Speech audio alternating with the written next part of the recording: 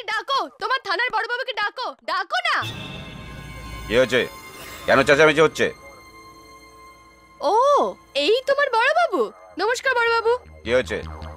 Sir, traffic নিয়ম না মেনে ইনি স্কুটারের সিগন্যাল ক্রস করছিলেন। আমি বললাম বলে আমার উপর কি হম্বিতম্বি করলো।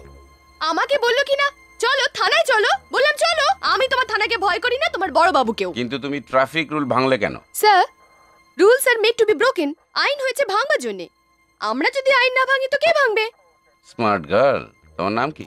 আমি হচ্ছি ইন্ডাস্ট্রিয়ালিস্ট স্বর্গত রতিকান্ত চৌধুরীর একমাত্র কন্যা, চিন্ময়ী চৌধুরী। তুমি অবিনাশের কে হও? ছোট বোন। ও আমার খুড়তুতো ভাই। আপনি তাকে কি করে চিনলেন? আরে সে আমার ক্লাস ফ্রেন্ড। আমি অবিনাশের বাড়ি অনেকবার গেছি, কিন্তু তোমায় তো সেখানে দেখিনি।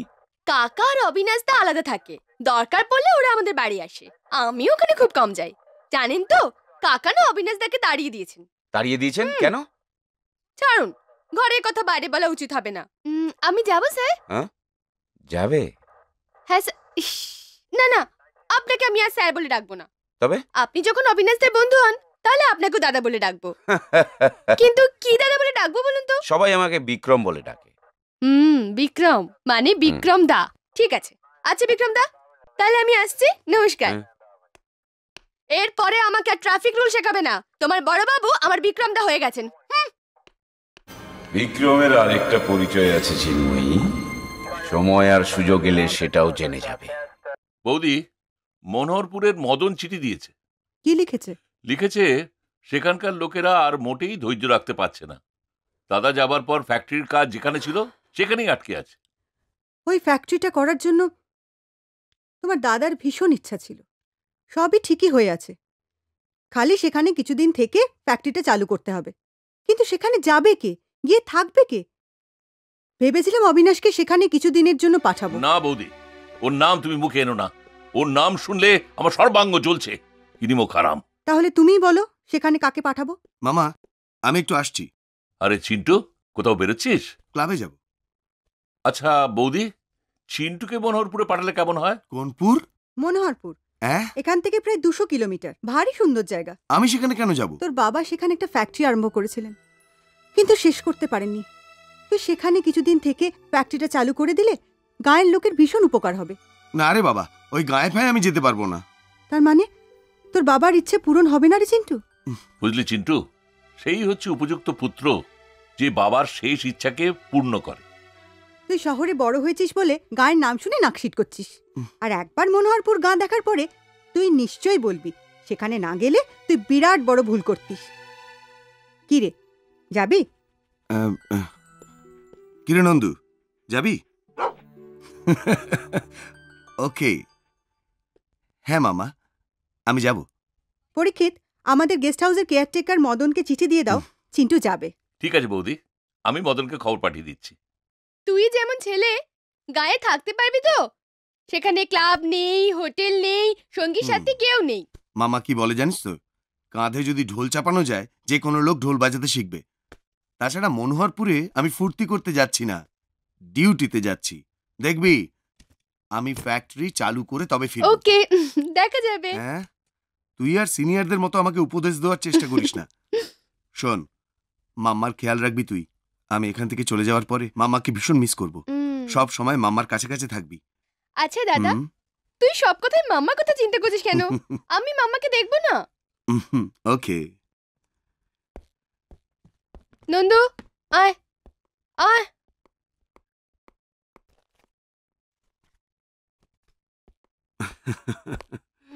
আয়ুষ্মান ভব। এই কিরে, ফাইনালি যাচ্ছিস? হ্যাঁ কাকা, 200 কিলোমিটার রাস্তা। শোন, ফ্যাক্টরি সব কাগজপত্র গেস্ট হাউসে আছে, আর যা সব ইম্পর্টেন্ট ডকুমেন্ট তুই তো অফিস থেকে নিয়ে এসছিস। হ্যাঁ, যদি কিছু অসুবিধা হয় মদনকে বলবি, সে তোকে সাহায্য করবে। ঠিক আছে কাকা। কাকা, মাম্মার খেয়াল রেখো কিন্তু। চিন্টু, সে শুধু তোর মাম্মাই নয়, আমার বৌদিও। আর বৌদি মায়ের সমান। বাবু, এতে তোমার জন্য খাবার আছে। এত পথ যাচ্ছ, আমি গাড়িতে রেখে দিচ্ছি। চক্রধর, তোমাকে সব থেকে বেশি মিস করব আমি। তোমার মতো রান্না আমায় কে করে দেবে? বাবু, তোমার হাতে দাও তো দেখি। কেন? আরে দাওই না। এই দেখো, এটা হচ্ছে রক্ষা কবচ। তুমি গায়ে যাচ্ছ, হুম গায়ে বহুত গুণীন বশীকরণ করা লোক থাকে। তাছাড়া সেখানকার মেয়েদের কথা কিচ্ছু বলা যায় না, কারণ নজর যদি তোমায় লেগে যায় এই কবচটা তোমাকে রক্ষা করবে। আর বাবু, হুম। সেখানকার তারিণী কালী ভীষণ জাগ্রত। হুম। তার সিঁদুর আমার জন্য একটু নিয়ে আসবে। নিশ্চয়ই আনবো। চক্রধর, মামাকে তোমার কাছে রেখে যাচ্ছি। মামা, মামা কোথায়? মামা, মামা, এ কি মামা, তুমি কাঁদছো? তুমি তো আমায় সেখানে যেতে বলেছো। আমি কাঁদছি না রে। তুই যে আজ তোর বাবার স্বপ্নকে সার্থক করতে চলেছিস, সেই খুশিতে আমার চোখের জল বাধা মানছে না। শোন, নিজের শরীরে যত্ন নিস, গায়ের লোকের সাথে খারাপ ব্যবহার করবি না, আর যা কিছু ডিসিশন নেবার বুঝে শুনে নিবি। হুম।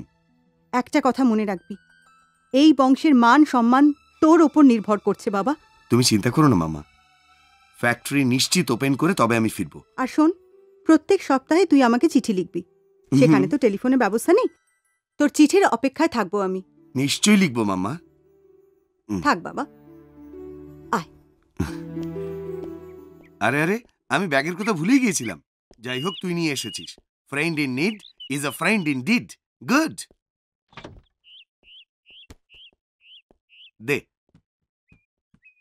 আরে আরে, তুই কোথায় যাচ্ছিস? হ্যাঁ, তুই আমার সঙ্গে গেলে আমার মাম্মাকে দেখবে কে? হ্যাঁ, তুই আমার ভালো দোস্ত, তুই এখানে থাকবি আর মাম্মাকে দেখবি। হ্যাঁ হ্যাঁ, শেক হ্যান্ড। Good good. যা যা।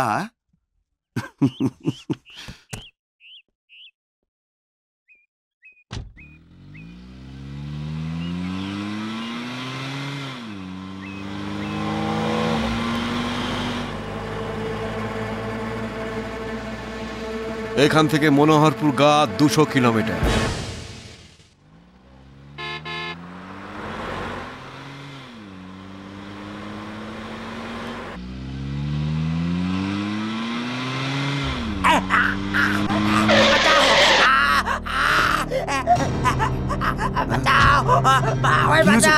কি হয়েছে?